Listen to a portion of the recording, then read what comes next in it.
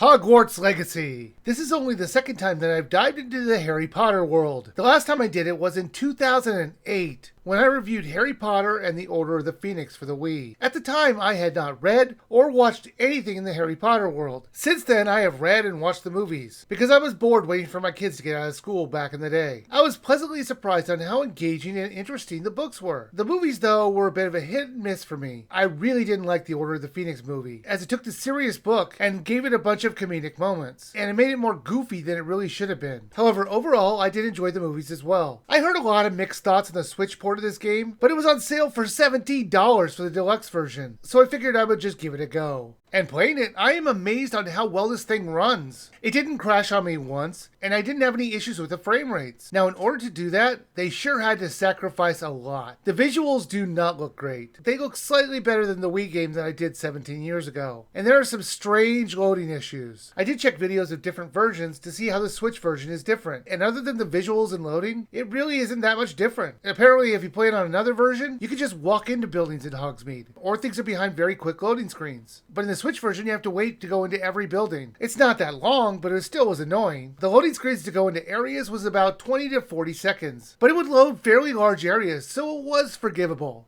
Quite often when I was exploring Hogwarts, I got to a door where, according to the map, there was more behind it. Only the door wouldn't open. I could walk backwards or go somewhere else, then the door would just open up a second or two later. What I figured out was that the castle was not really fully loaded, and they would make you wait at a door in order to load it, and they would just not tell you this. Luckily, they load up a great portion of the castle. It really goes in for a small load when you have to go into another wing of the castle. And once you expect you might have to wait a few seconds at a door, it wasn't a big deal. This game takes place 100 years before the Harry Potter books, and it's kind of depressing that the castle hasn't changed in 100 years. They're sticking with the medieval theme, and progression be damned. Now the story is about you as a 5th-year transfer student to Hogwarts, who has a connection to a mysterious type of old magic, which most people don't know about. You have to explore the world and find the secrets hiding beneath it, while trying to stop the goblin threat and get control of this unknown old magic. The main story is a little more generic than I liked. I do wish it actually had some twists and turns. Like, I was expecting one of them, and it just never happened. But I guess I was giving the game too much credit, thinking, oh yeah, they're gonna definitely turn this person against me. Nope. Everything's played exactly the way you see it. So could the twist of the game be that there was no twist? You will go to class, learn spells, and explore the world. There were a lot of spells you could use, and it's your choice on what spells you're going to want to put in your 4 slots. You can eventually get 3 more grids for your spells, so you can easily just switch them out, but that's all done by leveling up your character. Honestly though, there were too many spells. They could have easily combined them. Do we really need a short and a long fire spell, or a spell that has anything to do with the Room of Requirement? I will get into that bit, because I do think that whole place was ridiculous. There was something that would pull something to you, one that would push, and one that would go up and down. And then there was another spell that would control it. Why not just have the control one and drop the others? In fact, I think even the creators must have thought the same thing, as when you did the spell for pulling an item to your character, it then would automatically do the spell for control. Thank goodness for that. There is one spell you're going to be constantly doing, which is Revelio. It will show you what's around you, and it's locked to a directional key, which was great. It would have been so annoying to have to put it in my spell grid. You can fight all kinds of creatures and humans in your journey. You have the choice to learn 3 unforgivable spells, which were 3 special spells that the wizard kind choose not to use because of their deadliness. But they don't care if you blow people away with a bomb or fire spell. It was just bizarre. I got into so many fights in this, and they were dying and fading away. But it was a big deal if I used the instant kill spell? They're just as dead. Who cares? Unless they're trying to say that they're not dead and just transported away. But to where? Do they have some bowl that defeated enemies go to? Like that Zelda cartoon?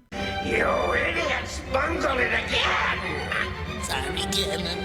No, they just make differences between the spells. And it even comes up in a plot point in the side story. And it's bullshit.